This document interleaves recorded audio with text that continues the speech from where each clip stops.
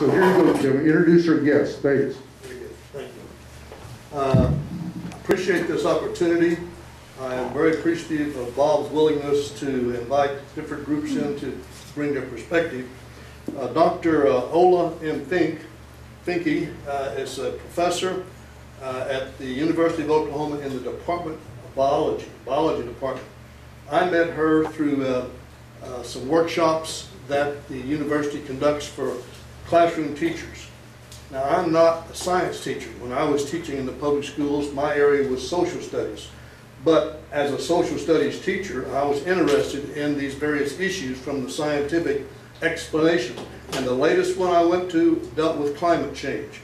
Now, there is a discussion going on as to whether or not that is actual. And it makes a lot of publicity, it's the news a lot. But on the science side, more professors and scientists tend to agree that climate change with human involvement is taking place and it has serious consequences.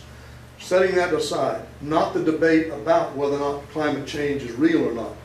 The next issue is how do you solve it? And this body here, the Citizens Climate Lobby, is in Oklahoma and it's across the nation, and they have a perspective on how to deal with and begin to slow down or correct climate change.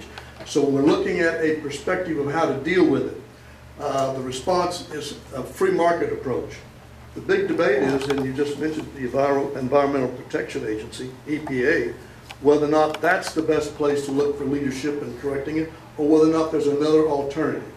And when I saw the term market response, I knew that that terminology was very popular with this particular group, and I've heard it used many times, and I am a member of the club. I've been here many times, and that phrase shows up a lot. So today, Dr. Fincke is going to be doing this presentation, which is not just her perspective, but the Citizens Climate Lobby, and they're looking at and supporting a market approach to resolving it rather than a governmental approach. Okay, Doctor, you're at the front microphone, and what we've already discussed is that the presentation is about a 30-minute presentation, and then we'll have time for lots of Q&A, so get ready for your questions. Doctor. Okay, thanks. See, doctors like to walk around. I like to walk around. Well, thank you so much, Jim, for that introduction, and Bob.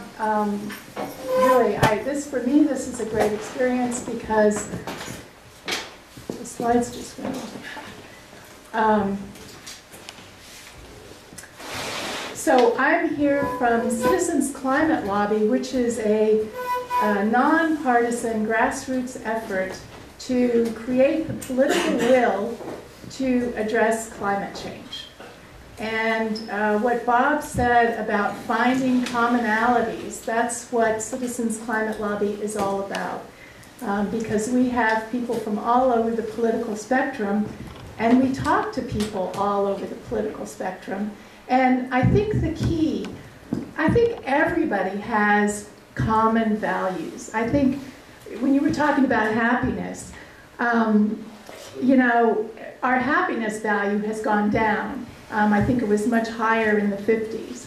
But what makes us happy are families, friends. You need a little bit of money. You're unhappy if you can't afford it. But above a small threshold, there's not a lot that money can buy in terms of happiness. And so I share those values with probably everyone in the room. My family is probably the most important thing to me.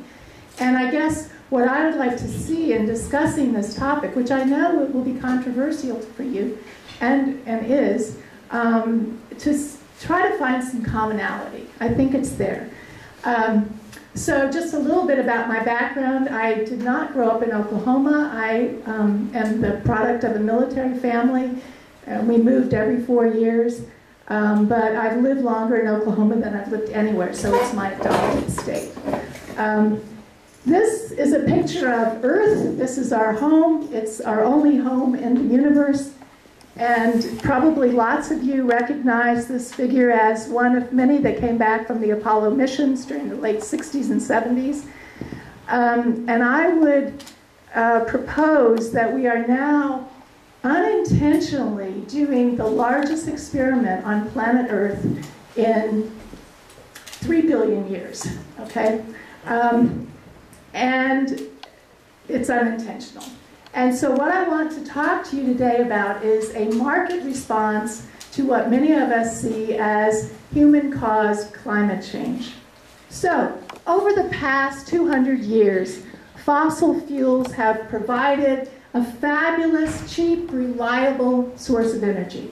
It's the best energy you could imagine because, as you probably know, you get more BTUs from a gallon of gas than, a very high ratio of the amount of energy out of the amount of energy you have to put in to get it. You put in relatively little energy in drilling that oil, and you get the best energy source that we've ever had. Why in the world would we ever want to get rid or not use fossil fuels? That's a question. One thing we know is that burning of fossil fuels increases the amount of CO2 in the atmosphere. And this just, anyway, you can see it's increasing exponentially. And so what's happened is that if you consider CO2 a problem, we now permit the fossil fuel company to just dump CO2 into the global atmosphere without paying any of the cost that all of us in this room pay as taxpayers by the burning of that fossil fuel. I'm not an economist, but in economic terms, what we call this is a huge market failure. It's a market failure because when I buy a gallon of gasoline at the pump, I don't see the real price of the burning of that gasoline, okay? In fact, it's very cheap for me. The reason it's cheap for me is that the price that we all pay in burning it is not included in the price. And that's what I mean by market failure. Okay, I'm not a climate scientist, and I suppose that none of you are either. So I have to rely on the best science created by climate scientists. I want to introduce to you today one that you might not think of when you think of a climate scientist, and that's Dr. Catherine Hayhoe. She's director of the Climate Science Center at Texas Tech University, and I want to just let her explain some things in her own words. I'll show a little clip, if we can get the technology to work.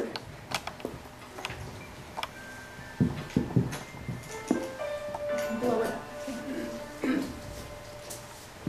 One of the first times that we went to church in Texas, I met a couple and we were introducing ourselves.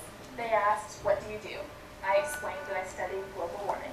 And they said, "Oh, that's wonderful. We need somebody like you to tell our children the right things. You would not believe the lies that they're being taught at school. They told us that the ice in the Arctic is melting and it's threatening the polar bears." And I said, "Well, I'm afraid that that's true." There's often a perceived conflict between science and faith. It's a little bit like coming out of the closet and admitting to people that you are a Christian and you are a scientist. My husband, he is the pastor of an evangelical church, and many people would approach him to ask him questions about climate change. If anything, there's even more questions in the Christian community because we are targeted by so much of the disinformation that's going on. So that's why my husband and I decided to write a book together, a scientist and a pastor, on what a faith-based response to this problem looks like. With climate change, much of our response to this issue is emotional. The fear of how our lives would be irrevocably changed if we uprooted our entire economy, and how our rights to enjoy the luxuries of energy and water might be ripped away from us. Well, as a Christian, we're told that God is not the author of fear. God is love. When we're acting out of fear, we're thinking about ourselves. When we act about love, we are not thinking about ourselves, we're thinking about others, our global needs, the poor and the disadvantaged, the people who do not have the resources to adapt. And so I believe that we are called, first of all, to love each other, and second of all, to act. Am I a climate change evangelist? The evangel means good news. Climate change is not really very good news right now. But at the same time, I think it is good news to know that we have choices. And by making wise and responsible choices now, we can ensure that we protect the things that we care about the most on our planet for the benefit of the people who we know personally and those who we don't.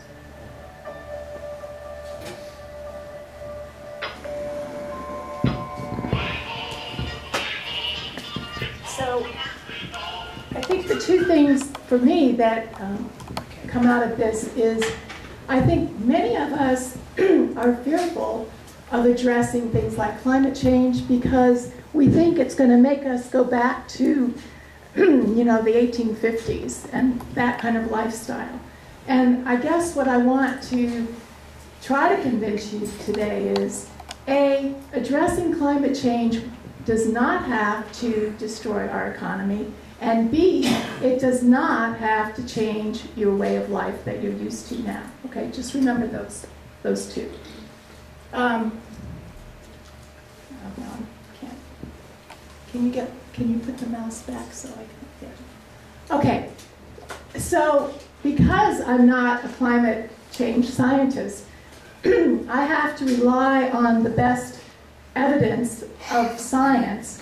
And when you look at, when we take the nation's top scientists and ask, what are they saying? So I'm referring to the,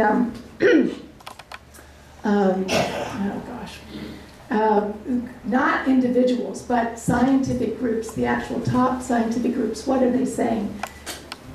Well, first they note that extreme weather events are increasing, and I don't even think any of us question that. We can document it. But more interestingly, they're now saying that past climate change was often abrupt. It wasn't slow and gradual, as they'd been thinking before. Why not? In about 2004, 2005, some studies came out by a climate scientist that looked at past changes in climate, and I'm talking like 8,000 to 15,000 years ago.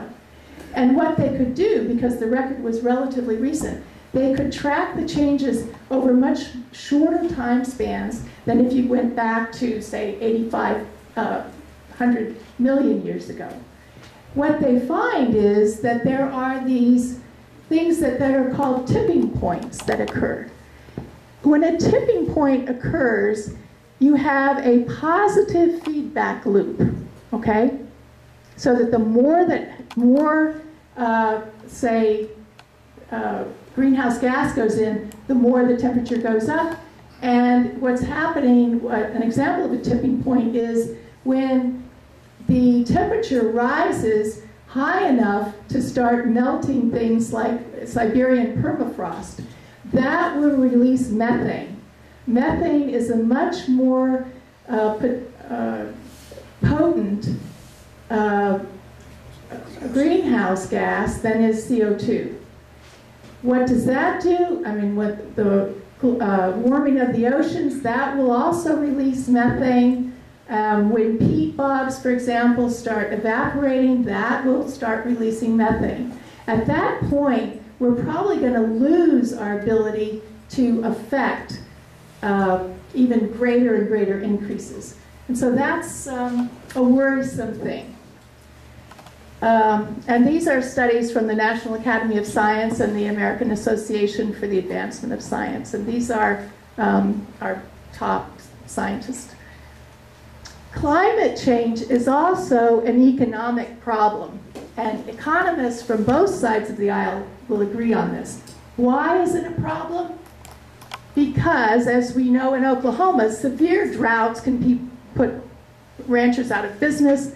The current drought in California, where most of our fruits and vegetables come from, over 60%, is costing billions of dollars. It's an economic problem. Who bears the cost of those kinds of things? It's the taxpayers. We bear the cost of that in relief, federal relief of droughts, fires, and storms. Money doesn't come from the air. We pay those taxes. So the third thing that economists have done, and again, this is an economist on both sides of the aisle. Stern is a Englishman, and Nordhaus is a very conservative economist from Yale. They've both come up with studies showing that the cost of adapting to current climate change is far higher than addressing the sources of climate change now. The longer we wait, the harder it's going to be to reduce those effects of carbon change, and the more expensive it's going to be for all of us. And finally, here's a graph that just shows you this increase. The blue line here at the bottom are the cost of severe storm events, and the red line on the top are the number of severe storm events that cost us over $1 billion for each one. Okay, so they're starting to rise almost exponentially there. Finally, climate change is a national security problem. Work by the National Intelligence Assessment Agency, which includes all of our CIA, FBI, the National Security Agency, and others, have come up with a report showing that economic and environmental pressures of climate change are what they call threat multipliers. What this means is if there's a conflict somewhere in the world, the problems that communities are now facing with reduced water, greater drought, will just exacerbate those ongoing conflicts. You can look at geopolitical conflicts that already are occurring over water in Africa, and food security problems as a result of decreasing water, and look at a place like Syria.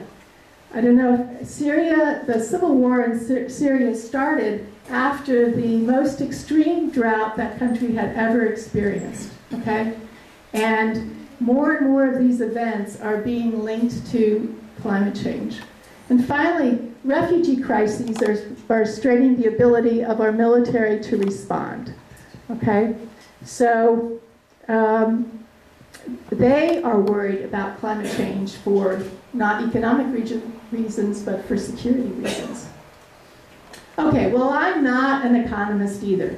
So I want you to listen to just two economists, and these are Art Laffer, an economic advisor to President Reagan, and Bill Inglis, who you might have known as the former congressman from Carolina.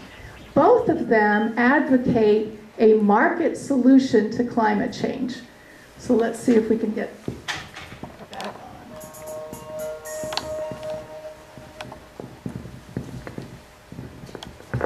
I'm an economist, and I'm agnostic with respect to global warming. I'm a conservative who says it's real. I'm not a geologist. I'm not a climatologist. I don't know whether it is. But what I do know is that a carbon tax or cap and trade or some of these other ideas, as they have been put forth, they ruin the economy. Either way, whether you're agnostic or you think climate change is real, the solution may just be the same. And that's changing what you tax. If you're going to handle global warming, you can do it in a way that actually does not hurt the economy.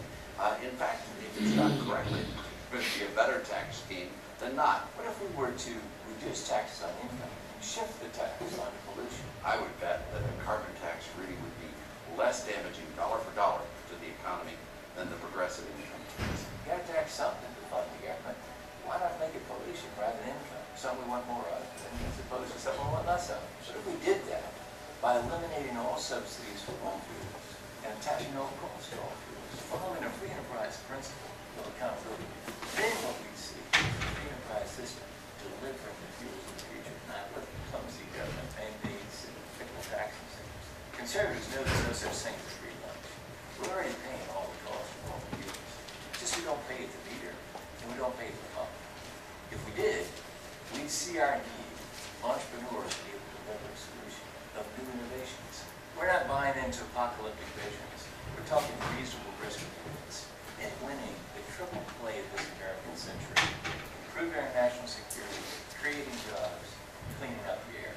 there is a threat of global warming, I know there are ways of dealing with it. They can really make sure that the economy is not damaged. More income, less pollution, change what you tax. Watch the free enterprise system deliver the fuels of the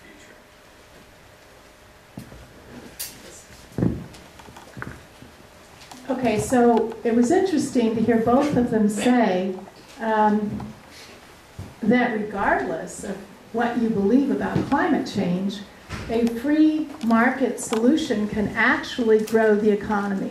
Now this may seem too good to be true, but it's exactly what Citizens Climate Lobby is supporting. We have really one major goal, and that is to put a revenue-neutral carbon fee, to enact a revenue-neutral carbon fee and dividend. It's called a fee, not a tax, because the government doesn't hold any of the income that comes in. It gives it all back to families and taxpayers. And it would work like this. Okay, you can challenge all of this. If you start at $15 a ton of CO2 at the point of entry, this is important. We're not talking at the exhaust pipe. We're talking at point of entry at the wellhead, okay, where that carbon fuel is created. And you put a fee, and every year you increase that fee by $10. This is slow enough to allow companies to adapt to this increase. And this is really important, and I think this is the piece that, say, Republicans in Congress get, and Democrats probably don't, and that is you have to return all of the fees to households. And the way this is done is exactly the way we return the Bush tax cuts, okay, via the IRS. So that the households that are going to have to pay more for carbon-based fuels will be getting revenue back through these fees. And then finally, and this is something that few people have realized, there is a border tax adjustment. And I'll talk a little bit about this in a minute. But the border tax adjustments, what do I want to say, protect American businesses from foreign imports from countries that do not have to pay such fees. Okay, so what would it do to families? It turns out that 2/3 of the money, or 2/3 of the American families will actually get more than they pay out via higher fees for oil and gas, okay? The other beauty of this kind of approach is that if you have 5 houses and 3 boats and 40 cars, you can keep them all running, all right? But it will cost you more, all right? But you don't have to. So the top 1% that want to live a very expensive lifestyle can keep living it. It's simply that they're going to be paying more for that gas and oil, and they won't be in the 2/3 of the Americans that will be doing better. This kind of a bill would also create millions more jobs than the current oil and gas industry, which only employs about 1% of U.S. workers. And what it would allow, one of the biggest things I think, is that this kind of a bill would allow the market to pick the winners and losers. You don't have to have government giving subsidies and picking the winners and losers, and you certainly don't have to have organizations such as the UN or the IPPC mandating anything. The beauty of this is the market will do it, and what that will do is eventually put coal-powered plants out of business, and it will increase the business in sustainable sources of energy such as solar and wind and all kinds of other novel innovations that we haven't even seen yet. Okay, we're often told when anything like this comes up, oh, well, it's going to hurt American businesses because China's not going to want to do it, India's not going to want to do it, and what about them? And this is where the border fee adjustment comes in. Anything imported from China, so Barbie dolls, for example, will have an adjustment on them. They will cost more. Economists think that these kinds of border adjustments won't be necessary for very long because countries like China and India aren't going to want to pay our border fees adjustment. They're going to want to have their own carbon tax and collect the money themselves.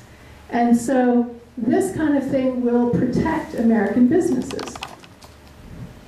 Finally, U.S. companies, gas and oil companies, are already incorporating such a, what they think is a carbon tax that's going to come down the pipeline. If you just look at over on the right, BP, ConocoPhillips, Duke Energy, ExxonMobil, and Shell all have already been planning for such fees. So they're anticipating a change. Okay, how do I know that putting a price on carbon won't hurt the U.S. economy? I'm going to argue no, it won't. And one of the ways we know is Citizens Climate Lobby last year paid a lot of money for an independent company, Regional Economic Models and Company. It's a company that does modeling for states, for governments, for universities across the country. We paid them to model this carbon fee and dividend and then tell us what the effects were. And the way they did it was to divide the United States up into 9 regions, and they did it for each region. I'm going to just show you the results for the U.S. to start with, and we can get into the regions later. But basically, they used current government information about prices and alternative energies and so forth. And what they found was that indeed you create 2 to 3 million jobs. This is a chart that just shows from 2015 to 2035. Okay? Jobs increase, not decrease. And gross domestic product, after about 5 years, increases. That's on the right. So it doesn't hurt the economy. And with 100% payback, it allows for consumers and businesses to make their own choices based on a fair price of carbon. So businesses that use less will do better. This makes sustainable energy, levels the playing field for sustainable energy, and you don't have to subsidize any form of energy. And it allows for a non-regulatory, flexible way for businesses to plan for the future. And finally, it allows the U.S. to become a global leader again. I don't know if you know this, but even though we have an Oklahoma-grown solar panel company in Oklahoma, they send most of their solar panels to Germany. And Germany is now Germany and China are now the 2 companies that use solar panels the most. And I don't know if any of you have been to Germany, they don't have the sun we do. So it's pretty incredible that the US is not a leader. And I think putting a price on carbon, a fee on carbon, would allow us then to take back these kinds of energies and really become an economic leader again. It would also, okay, here's the amount of monthly dividends by family. This is a family of 4. By 2020, those monthly dividends would be $200 to $400 in the pockets of working families. So it increases, and that's why it increases the GDP, because it gets the money back to where you need it in the consumer's pockets, not in the oil company's pockets. And the U.S. per capita income then increases every single year of the policy. They only went out to 2035. Okay. There's one caveat. In this model, the only difference is they started putting $10 on the first ton of carbon in year 1. I don't know why they didn't use 15, but the CCL bill uses 15, but that's the only difference. Another piece is that you increase jobs for the lowest earning workers. The blue line on the top shows that, the employment by national quartile. So the lowest income workers actually do better under this plan. And finally, this is how the market would affect our current sources of energy. On the left, you see baseline, and that's just business as usual. What would happen to oil, gas, and coal? And if you look down at the bottom here, here are coal-fired power plants. You can see they're phased out. Nuclear would do better, and wind is a really big winner under this model. So by closing out those coal-fired plants, you actually would improve the health of citizens. I think it translates into 13,000 fewer premature deaths in our region, for example. And although this wasn't modeled in, one consequence for environmentalists is this economic plan would actually decrease our carbon emissions by 70% of the 1990 levels, okay, over time. And that's just in the US. So again, the features of this plan is it's transparent. It's much better than a cap and trade for two reasons. Cap and trade puts the onus at the tailpipe end of things, not at where the fuels are being produced. And it's awful to have to administrate a cap and trade, because you could have people trading carbon credits and saying, okay, I'm going to, we'll buy credits from somebody that owns a lot of forest land in Ecuador. Well, imagine having to spend the money to figure out whether that forest is really still forest and hasn't been cut. I mean, it's cap and trade is simply not transparent. This is an easy, transparent thing. It's understandable, I hope. You can tell me if what I told you isn't understandable, but it's pretty simple. And it has bipartisan appeal.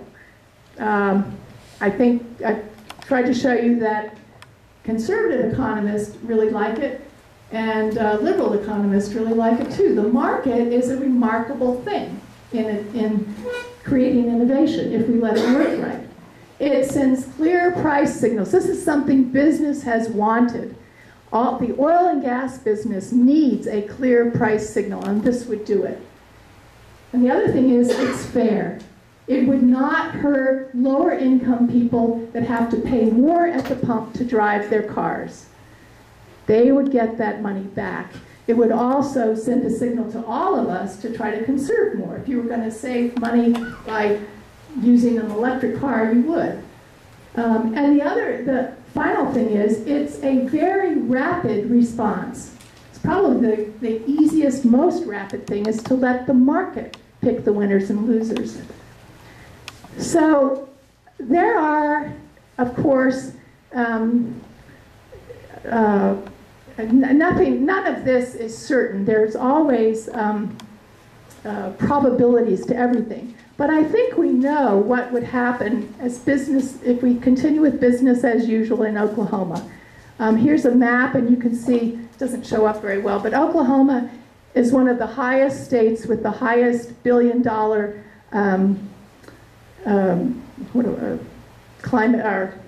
disasters. Thank you. And all of these pictures were taken in Oklahoma. It will only get worse. So the good news is we still have a choice. We haven't hit the tipping points yet, and we can all make our own choices.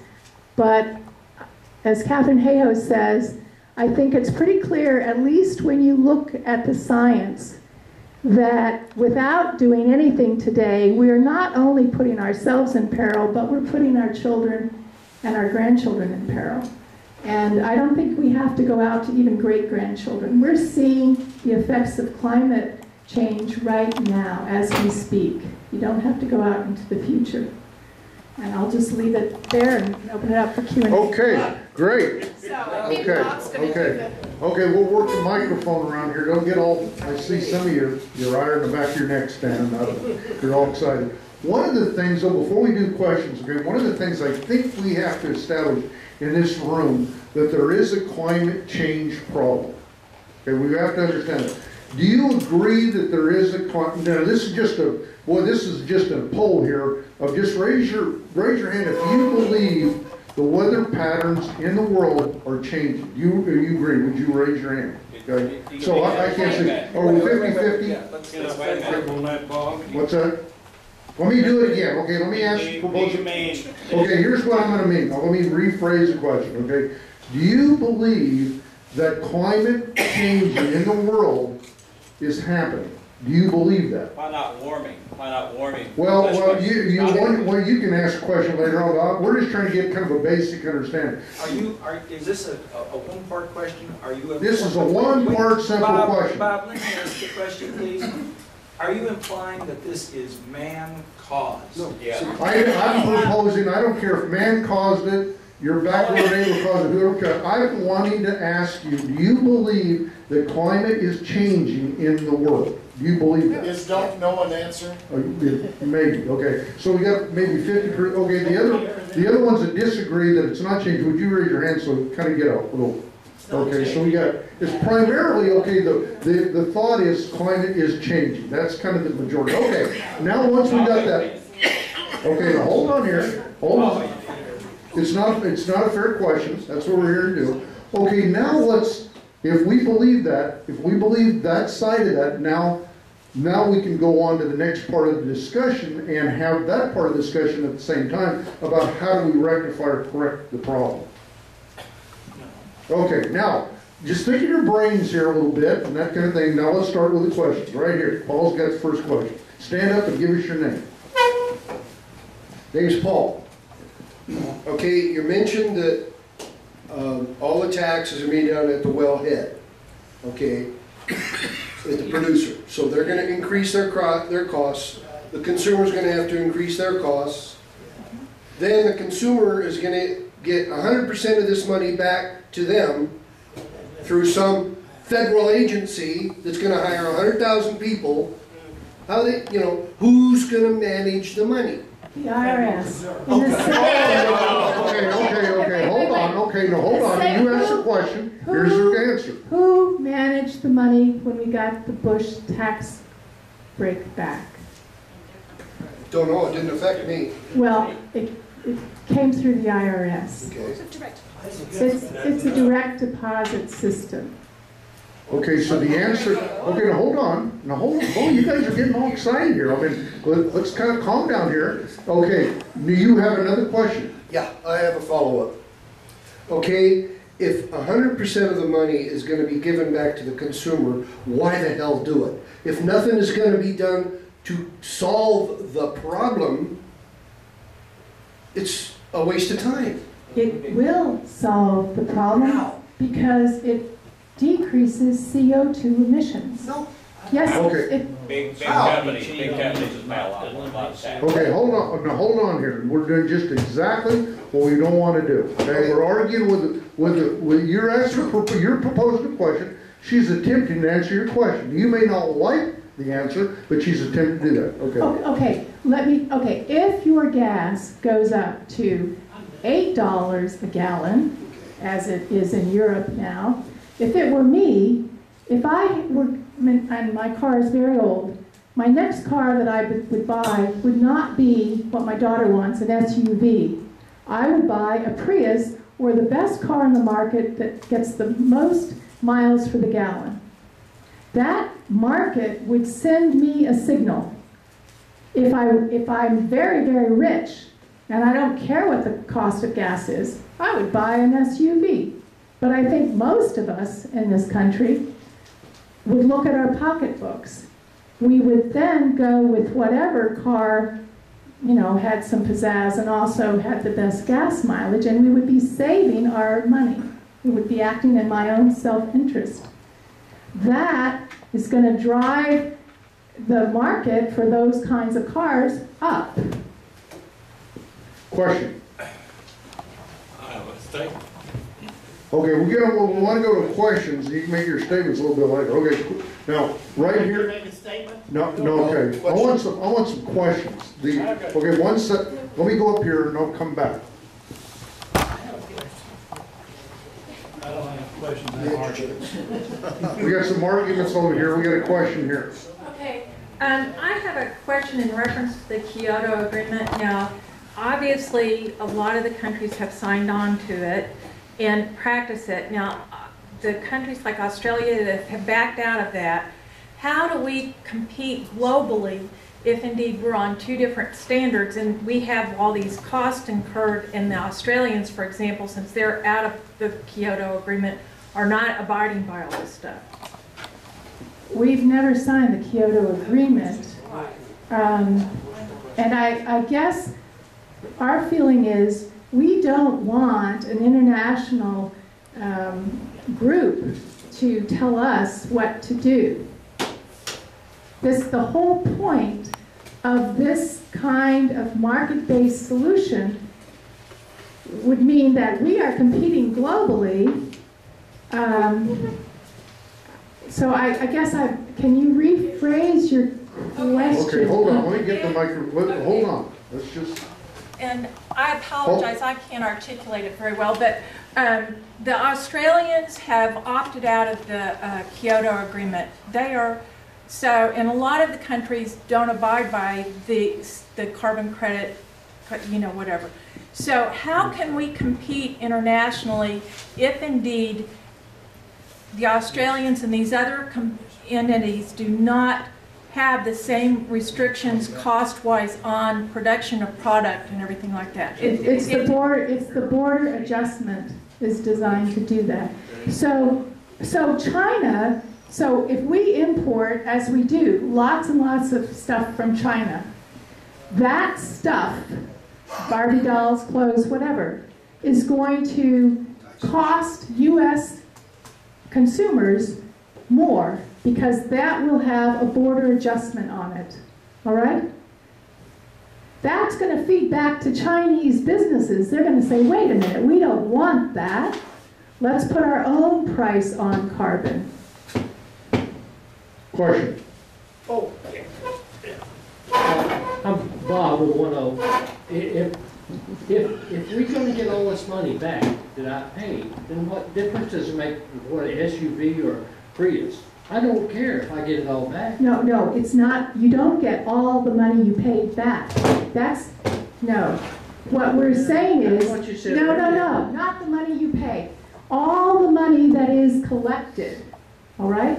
All the money that is collected from energy companies that are dealing in oil and gas or carbon-based, they are going to be having to pay a fee. They pay that fee to the government, well, to the IRS, who divides it up according to family size and gives it back.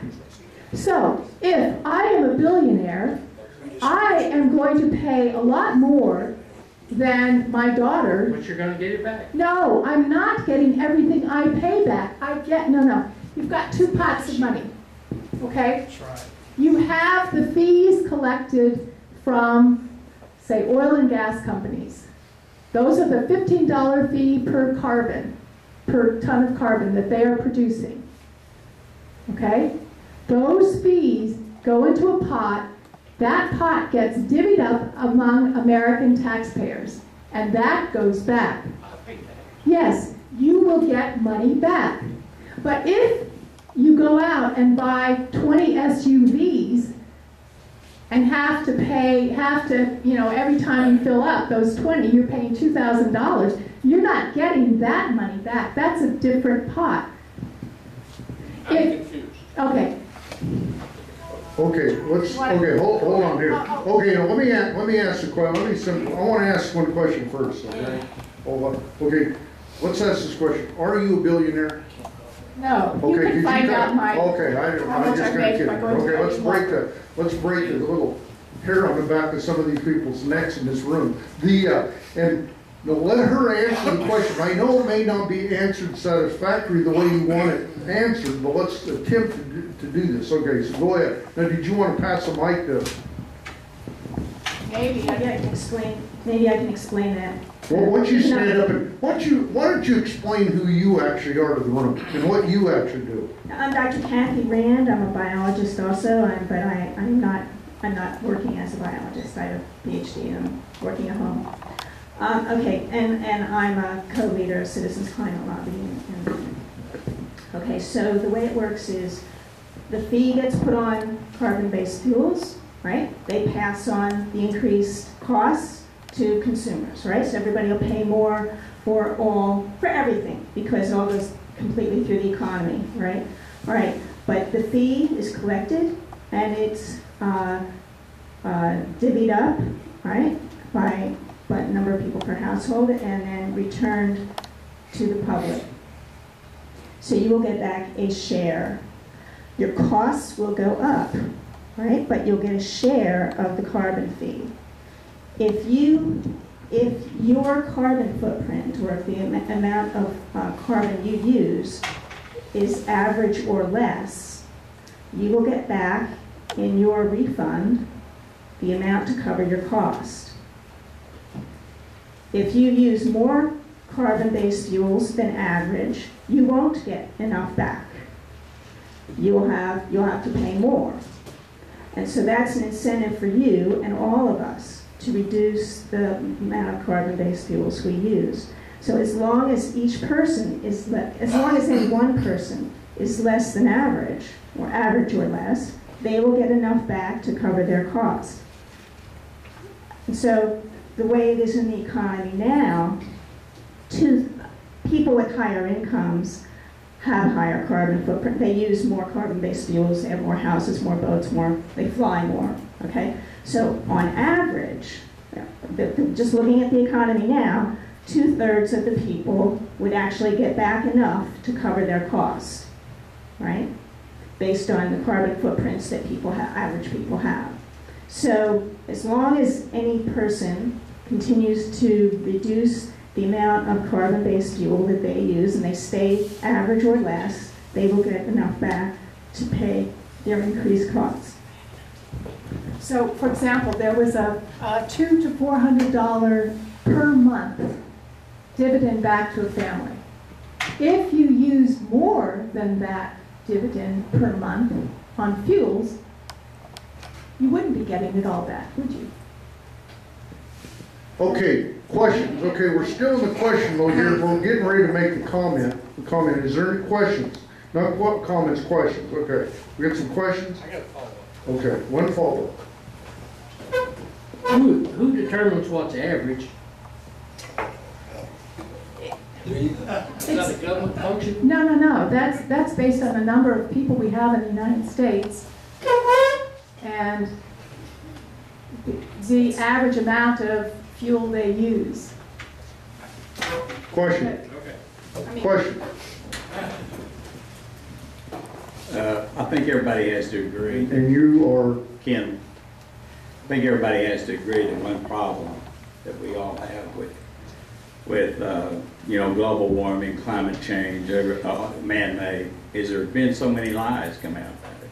And if you want us to go over them, we can go over them. I mean, ClimateGate, where they put all the data, got in and hijacked the data and put different data in. The polar bears are dying. The ice caps are melting. And just recently, in the last 15 years, they've actually been increasing. And I've got a friend, Paul Dreesen, who writes for Town Hall Daily. And he says, there's been no warming since 1995, and recent winters have been among the coldest in centuries in the United Kingdom and continental Europe, despite steadily rising levels of plant fertilizing CO2. Okay, question. Number one, how can we get the falsehood stopped?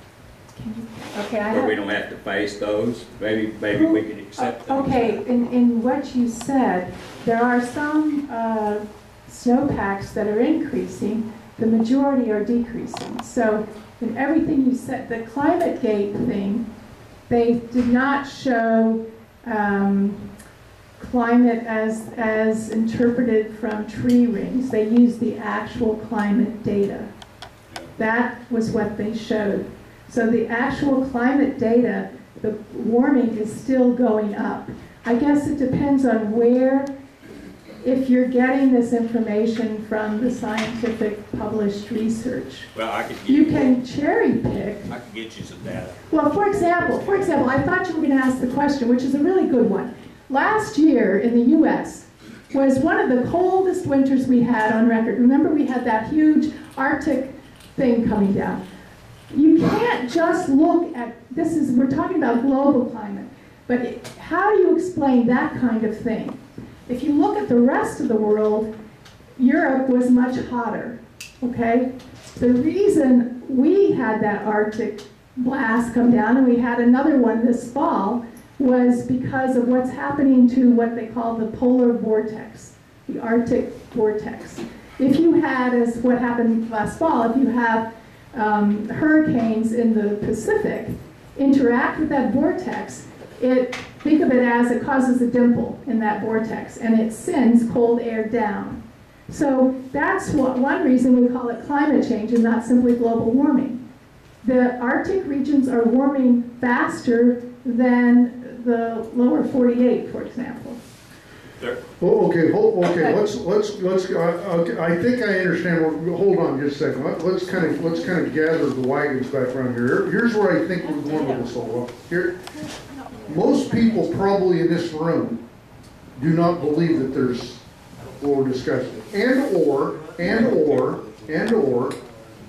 the lies that's been, or misstatements is made, and that's what actually Ken's trying to do. I think that point. The lies about government, and generally some government official that is bureaucrat in nature that is doing that, making those falsehoods, those false statements. So how does a group like yours explain to us that we know that we've been lied to? No, we may not be scientists or whatever, that kind of deal. How do we actually get things back to zero? I mean, at least to zero, and doing that. Because I don't think until you can get it back to zero and admit the lies or distortion or whatever, we can actually go forward. How do we do that? What he was calling a lie, I guess climate scientists would take exception to. I think what you have to do is look at the best science. And I think, I'm a scientist, I'm not a climate scientist, but I think there's a perception out there by the public that somehow scientists get together and agree on something. Oh, let's push this one over on the public. And frankly, it could be no further from the truth, because as one of my colleagues would say, if you want to get scientists to agree on something, it's like herding cats. You can't. Scientists are the most contentious, one of the most contentious groups in the country. If you have a paper that shows one thing, every other scientist is out to prove you wrong. I mean, that's the way science progresses. So I guess the short answer is, if you don't accept science, then we're at a standstill. But I think we do accept science when it comes to medical science.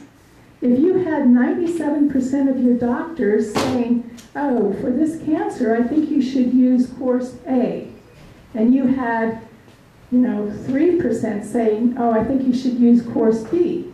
If it were me, I would go with the ones that say course A, because you have a majority of an opinion there, and it's a scientific opinion. Now, It's much more than 3%. Well, actually, it isn't. If you look at papers published by climate scientists, 97% of those show or come to the conclusion from the data that the increase in CO2, for example, is due to human causes, not natural causes. And if I could get the slides up, I could show you those data. You are always free to reject scientific data, but you know, science is what put a man on the moon. Science recently, if you think about it, the one that put, you know, we put something the size of a washing machine on an asteroid. That's very powerful stuff. And I guess I would just, for myself, be on a little shaky ground by saying it's all crap and we shouldn't accept it. Question. My name is Jim, and you talk about the consensus about how many scientists believe man-caused effects. Are you familiar with the Petition Project? The Petition Project is a worldwide attempt to gather the opinions of legitimate scientists. Right now, there are over 31,000 scientists who signed on to the petition, and that petition says they believe that there's change in the climate. I mean, we would be foolish not to just think one event is not climate. Yes, but it's a natural process, and it's not man-caused. And some of the things that you're relying on, like this 97%, there are plenty of allegations out there, again, things that may be true and may not be true, we don't really know, that those, that data has been manipulated. And people that have disagreements with organizations like the IPCC are not allowed to participate in the discussion. So when you are not allowed to participate in the discussion and you can come out and say, the science is settled, the science is never settled. My God, where would we be if the science were settled? But at any rate, at least 31,000, and I'm surprised. Are those 31,000 climate scientists that publish? 31,000 scientists of all, probably even include some biologists, but at least physicists and others who understand the scientific method. You know, and it's not just a bunch of average people who don't know what they're talking about. So. Okay, I just, as a scientist, it's very difficult to get a paper in a top journal, whatever field you are. You are rejected more often than not, and who rejects you? It's not an editor, it's your peers. It's the peers in your scientific community. And so I guess it's important to at least understand how a climate scientist gets things published and in top journals. It isn't easy. Your peers are the ones that are probing, pushing for every single, did they do this, did they do that? So, again, Peter Higgs, yeah. Okay, question. Let's go on. What's the question? Let's get the question. Is there any plan to put giant scrubbers on volcanoes? And I'd like to follow up that. The cutting edge science now says that the oil and gas are made in the center of the earth. Fossil fuels is a minor deal. The real scientists say that. And by the way, we're not stupid. Just because we don't have some letters behind our name, you know, I personally hold academics in the same vein as I hold the Congress of the United States. And sending the money to the IRS is sending it to the government. Yeah, that was a response to a question of how would you distribute it. You wouldn't need a whole new government organization. I was just saying you could use the IRS, who every year returns your tax rebates or collects money from you. That's all I was saying on that. And all I'm saying is that if you're working in science, it's simply not simple. It's not a simple thing to get a paper published in a top scientific journal. That's all I'm saying. Question. Yeah, my name's Don. Thank you very much for being here. Thank you. I think to go along with what this gentleman's been saying, I'm real skeptical on all this stuff. You know, here's so many things. Like when the Valdez, the oil spill there, and then the other one, the big one recently down in the Gulf. You know, people were saying we're not going to be able to fish and get shrimp for thousands of years. So I guess all that stuff was taking care of itself. I don't know. Now, has all that stuff cleaned in? You know, I And guess, then something else to go along with your chart where it said the expense of incidents of storms and things like that, bad things, has really increased. And I looked there and I thought, well, let's see, 200 years ago in San Diego, storm comes in and blows over a tent. 100 years ago, it blows over a bunch of adobe huts and stuff like that. Now it takes out high rises and stuff. The number of people on Earth is going to drive the price of that also. Was there a question in there? that's true, and there are many unknowns, and so we can go along with business as usual. But there are many things where we don't know the future, and yet we do have insurance on our cars or on our home, medical insurance. And we pay those costs. I may never need them, okay? I might die tomorrow. But we do invest in those costs. And so I guess you should think about, should we not invest a little bit in something that maybe doesn't come true, okay? Then we will have spent a little bit of money to clean up the environment, and maybe we didn't need to spend that money. But if, as most scientists, climate scientists say, things really are getting bad, maybe we don't want to bet on totally not doing anything. And I guess that's one thing to think about. Question. My question is, it's the climate scientists that are all so-called in agreement, but as I think of it, if you're going to go to college and you say, I think I'll be a climate scientist because I'm very alarmed about what we're doing to the climate, those people have already made up their minds before they have devoted their lives to majoring in this subject. So I don't think they are the typical scientists. Okay, time for statements. If you got a statement, you want to make a statement, let's make a statement. I want to ask a question. Okay, question. Hold on. I'm going to ask a question. You know, one of the things while I'm walking this room here, I'm thinking, you know, actually we've invested a whole bunch of money. It's called tax credits. I do know, tax credits, federal tax credits, state tax credits. The windmill system that we have, that they could never be produced without huge amounts of dollars tax credits. Take the tax credits away, they go away. Question. Let's get rid of those tax credits. Let the market do it.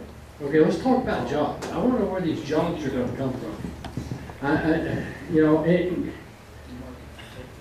I'm sure a lot of stuff you're saying is probably true. You know, we do have some climate change, and some of it may be man-caused. But then you tell us, you give us a solution to show the United States is divided up into 9 areas. You look at Agenda 2021 from the UN, gee, the United States is divided up into 9 areas. And then we say, well, we're going to have a government solution, which is IRS, that's the government, is going to take care of the problem. And that's a problem to start with, as far as I'm concerned. And I think most people in this room would agree with that. Government's not the answer. So we're not using government, we're using the free market system. We're using the IRS simply to give money back. Okay, that's they have to collect. Before they can give it back, they have to collect it.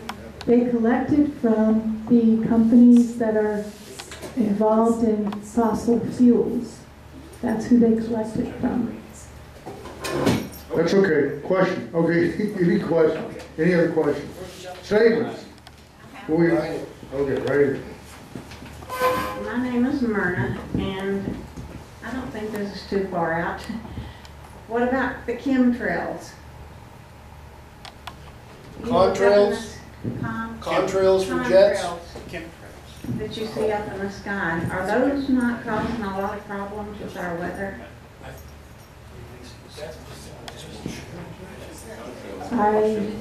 Did you explain what problems they're causing? Okay, hold on. Let me get over here now. We got another.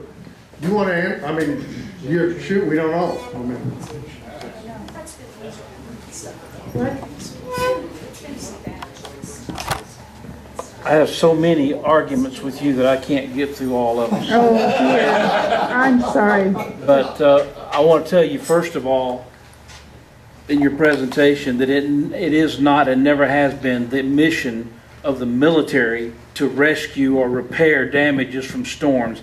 That's an abuse of the Constitution. They have no authority to take the military and put them anywhere inside the United States to repair and fix disasters of any kind, whether they're man-made or natural disasters. It's outside the scope of the constitutional rights of the military and what they're called to do. So they have no power, and that shouldn't be included. The cost of them doing anything shouldn't be included because they're not empowered to do that. Secondly, I'm really concerned how you can understand the process of private enterprise and say that this can be fixed by private enterprise, but you don't think that the carbon use can be fixed by private enterprise. Why do you challenge one against the other? Why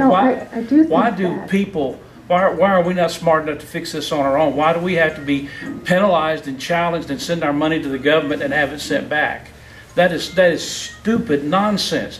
If there's going to be a charge for it, do it at the pump. There's no sense to send it up to the IRS and have them run it through all their administration and send it back to us. It will be at the pump for you. Can I finish? I'll let you talk for the whole program. I'd like to finish. Next, you talk about the wind power fixing anything. Wind power is so expensive to build the equipment, to put it up and to maintain it costs more than it provides, and the carbon footprint to build the equipment is larger than it can fix. So it's a lose-lose situation. The only thing we can gain from it is that we can use it to gain some electricity, but trying to prevent a carbon footprint by it is ridiculous. It will not work. It's been proven scientifically, and you should study that and find out that the cost to build it, the carbon that's put into the air to build that system, the amount of cost that it costs to put it up and to maintain it, to take it down and put it back, it costs more than it can fix. That's infrastructure and everything else that has to do with it. Another thing is your charts that take things out 25 years. I take exception with those, because if you'd taken those same charts and started them in 1980, you could not have predicted 2015. You could not have predicted the collapse of the towers and the terrorist attacks and the cost of the military to go abroad. You can't just throw up a chart. So if everything just goes perfect, we have a 35-year plan. It can't work like that. You can't see the future that far out to predict what it will look like when it gets to that point in time. I got a couple of other things here I want to talk about. The fact that you are taxing or putting a fee on the use of carbon is an improper use of our money and our time and our government, because it is in fact a penalty. If somebody's doing something illegal, then you put them in jail, but you don't penalize them by charging money for it. The government does not have the right to charge us money for something they think is a crime. They put us in jail or charge us, but they have no right to penalize us for being people and using the stuff that we have. And the last thing I want to say, you have no right, absolutely no right, to challenge a rich person because they use more carbon than a poor person does. They have more things because they can afford more things, and they pay dearly to get those things. It costs them a huge amount of money to have boats and houses and trucks and cars and SUVs, and they pay for it as they go, just like we pay for it as we go. We have a smaller pay because we don't buy as many things. They have a large pay as they go because they buy lots of stuff. There is not going to be any improvement in the situation. You're back to taking from the rich and giving to the poor, which this administration has been trying to do for 6 years, and it is the wrong process. People need to improve themselves. People need to learn, but you can't force us to. You can't force me to drink water out of it. You can take me to the water hole, you can show it to me, but you can't make me drink it. And you're trying to force this on the world and on the population, especially of the United States, because you think that by fixing a little bit of the problem here, that you can make it better worldwide. And that is nonsense. It cannot happen and will not happen that way. That's my talk. Okay. Okay, rebuttal. Well, first of all, should we allow companies to dump lead in our environment? Would it be okay? We've reduced lead in gas to the benefit of everyone. Why did we do that? That cost companies to take the lead out of their gas. That's an example of where they were doing something that was hurting public health. Okay, hold on. I mean, you made a very eloquent statement on your side. You're right. Now let her do hers. Well, I'm just asking because we have several cases like that, or the ozone hole, for example. The government prohibited companies from putting CFCs into the environment because it was reducing the, the ozone hole. So I guess I don't think that a company has the right to simply pollute the global, what we call the global commons. And I have nothing against billionaires. Believe me, I wish I were one. I guess my point there was what the solution, the market-based solution that we are talking about would not prohibit anyone from having the lifestyle they wish. It would simply cost them more than it would the average citizen. That's all. Question. Do you have even just an order of magnitude on how much carbon is being put into the atmosphere annually? I mean, in terms of maybe billions of tons or? I showed that on, I think, the second slide. I mean, do you happen to remember off the top of your head billions of tons? Was it a billion tons or 100? I don't know. The reason I ask is NASA just released a study.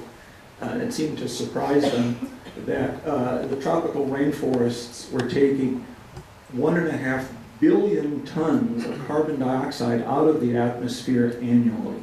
And that seemed to surprise them. I remember learning in 3rd or 4th grade science that trees took in carbon dioxide and gave off oxygen, but that seemed to surprise NASA that there was so much carbon dioxide being removed by tropical forests. So that's why I was asking if you had any idea of what the impact was. Tropical forests and all forests are extremely important in absorbing carbon dioxide, and they are in the models.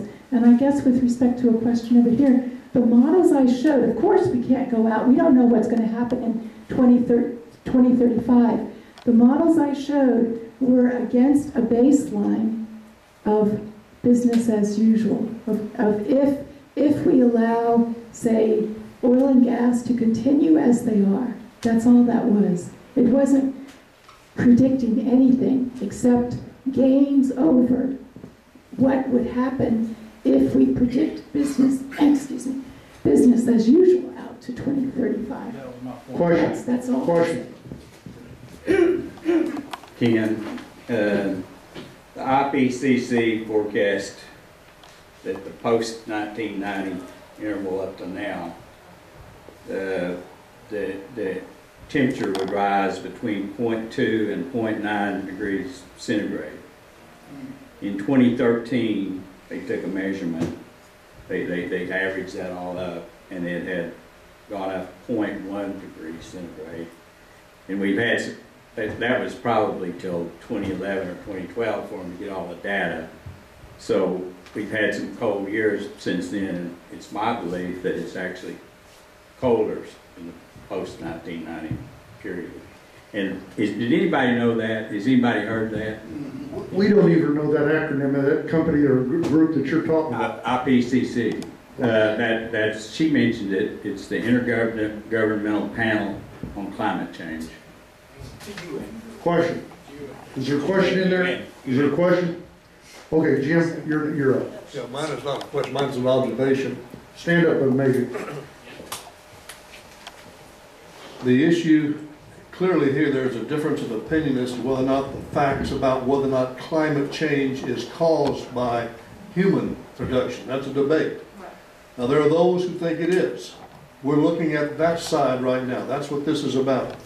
They're agreeing if there is climate change and that man, by virtue of using fossil fuels, is creating pollutants to the environment that will affect us. At some point, it will become so serious that it tips over and you can't control it. You can't get it back. It's gone too far. That's the tipping point. What has been suggested is you put a tax on the pollutant, not government coming in and putting a tax on people to stop using something. Put the tax on those who create the pollutant, and as long as they're creating the pollutant, they pay a higher tax. If you're wealthy enough and unconcerned about how much you're contributing to the polluting, then you would be paying a higher degree of taxes. You would not get anything back because you're contributing to the problem. But if you are taking it serious and the money is being taxed on those who are producing the pollutants, it has to be collected somewhere. This was suggested as the IRS, and I know there's a lot of distrust and dissatisfaction with the IRS, but for the sake of argument, that would be the collecting agency. Then you would have your taxes, your income taxes and things would be the place where you identify what vehicles you're using, what kind of miles you drive, and that's how they would calculate whether or not you get something back. That may not be correct. No, that's not right. It's not calculated. Okay, hold on. Stand up, please. But it's to discourage the use of pollutants. Okay. No one has to calculate anything, and I obviously I didn't make it clear before. You're going to go to the pump and buy fuel. The fuel will cost more, yes. Right? As soon as you put the fee on, it will be passed through the economy. Everything, the price of everything will go up. Of transportation, food will go up, right? Transportation costs, everything will go up. You got to pay for fuel for tractors, right? The price of everything will go up, right? At the same time, people will be getting an even share back. All right, so everybody gets back the same amount per person. All right, the prices go up, everybody gets an even share back.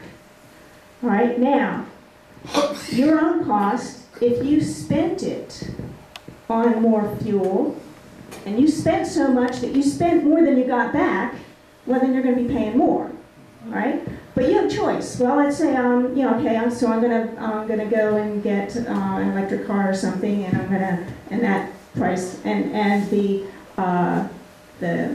power companies now are going to go more to wind and solar, and so that price won't go up, right? Because they're not paying a fee on wind power or solar power or geothermal power. So anybody that reduces their use of carbon-based fuels through the entire economy will pay less, and the amount they got back will cover their cost. Nobody has to count anything. It all happens directly in the economy by how you spend your money, right? Okay, question. Okay, hold on here. Now, we've got literally 6 minutes. So make them quick. Oh, no, hold on. Go, Jim, give the microphone back to the speaker. I have 2 more comments. One is, I drive a pickup truck because the business that I'm in requires me to have a pickup truck. You're going to charge me more money for doing my job because I drive a pickup truck instead of a little battery-powered car which will not carry the tools and cannot travel where I have to go to do my job. Secondly, it's been proven scientifically that the exhaust of cows provides more methane and a larger carbon footprint than all the people in the United States together. So why are you not working on a filter to put on cows if that's the problem? Okay, that's a whole different question. Okay, don't even answer that one. Okay, but next, okay, what, right here. Unless you want to, do you want to answer? I mean, questions. Okay, and I thank both of you for coming and answering it, because I think this is where we get down the line if we have an exchange. If indeed the government wasn't in all this stuff and micromanaging energy, we would probably be using more hydrogen cars, which if everybody, a larger percentage, the carbon footprint would be, because the offshoot is like almost zero. Now, if indeed in a perfect world you get all this stuff done, the problem is it's not a perfect world. And Solyndra took $1 billion out of the marketplace that could have been used to do the hydrogen and stuff like that. When government, when entities get involved, there's so much money that's taken out of the market. How would you address that kind of component? And as I said, thank you again for being here and talking this through. I think we favor getting rid of all government subsidies. All. Okay. But somebody has to make the determination that carbon, who makes the determination about the carbon on the wellhead? And that sort of some scientist somewhere has to make the determination that entity needs to be taxed or fined or whatever at what %. And I do think that that's a slippery slope, and it needs that is a problem that needs to be looked at. So you're talking about the $10 to $15 per carbon ton. Well, I'm talking about somebody made the determination that hydrogen cars were not a good idea. They pulled the funding out of it. They pulled the tax credits. The tax credits coming off those hydrogen cars, they were in California, they had fuel stations for those hydrogen cars. Someone in a government agency pulled that, and in a perfect world, it would have solved 99% of the problems. So how do you deal with that? I guess what all we're advocating is we get rid of those things. We let the markets do it. So if, for example, it's true that the windmills cost a lot or take up a lot of carbon, by this market method, wind energy would be more expensive than it would be. In other words, you're letting the markets do it. I guess I don't have an answer for getting rid of government corruption, but getting rid of subsidies. Question and or observation. You ready? Yeah, my name is Neil. And you do not get to hold his mic. Yeah, well, I'm your brother-in-law. I do what I want. Is that good luck? Thank you, doctors, for coming. I just have one observation. I noticed on your PowerPoint presentation that you spelled President Reagan's name wrong. And it's, to me, that's like spelling George Washington and Abraham Lincoln's names wrong. So maybe you could fix that in the future. There's an A or an E missing in there. Thank you. Okay, now let's kind of recircle around the whole group here. Obviously, there's a huge disagreement within the room. However, without having the discussion and or the disagreement, there is a conversation going on around the world about this. Nobody can deny there's not. So why would you not want to participate in the disagreement and or the agreement and find the common ground? I mean, that's the question. And I think Carly actually is kind of hitting my way of actually thinking, okay? My problem with what we're attempting to do, we haven't figured out exactly from your side exactly how we're going to really regulate this or what we're going to do. Who are going to be these regulators? And most of the people in this room, we don't trust government. That's the whole problem. And I'm sure you don't either. And one of the things that you actually said that I really agree with, let the market solve the problem. Let it solve it. That's kind of your group, what you're doing. You're not saying international, you're not saying the international world, you're not saying the federal government, you're not doing that. The only place I can see that we're a little bit in conflict, but maybe we're really not in conflict, we don't have that gathering agent, and you're going to use the IRS to collect our money, so we don't trust the IRS. I mean, we don't trust them. So maybe the solution is some other entity, private entity does it, but again, I don't know. We're not going to answer all the questions in this room today, but I really do appreciate both of you doctors coming, okay? That's the one thing that I appreciate, okay? Because, and I appreciate Jim bringing the suggestion forth, because again, if you take nothing else out of this room, okay, you're in conflict with other people out there in this room. Just because you believe a certain way does not believe another side does not have an opinion based upon this. And I really appreciate the parts that Jim talks about too, because given factual data back about some of these international groups or what he was talking about, because I had no idea what you're even talking about. And I think that probably most people in this room, if you really get down to it, we really don't want to talk about. We have an opinion based upon the little simple knowledge that we gather from our groups or whatever. So again, thanks everybody for coming to High Noon Club. Thank our guest speakers. Thanks everybody. Have a good week. Thank you.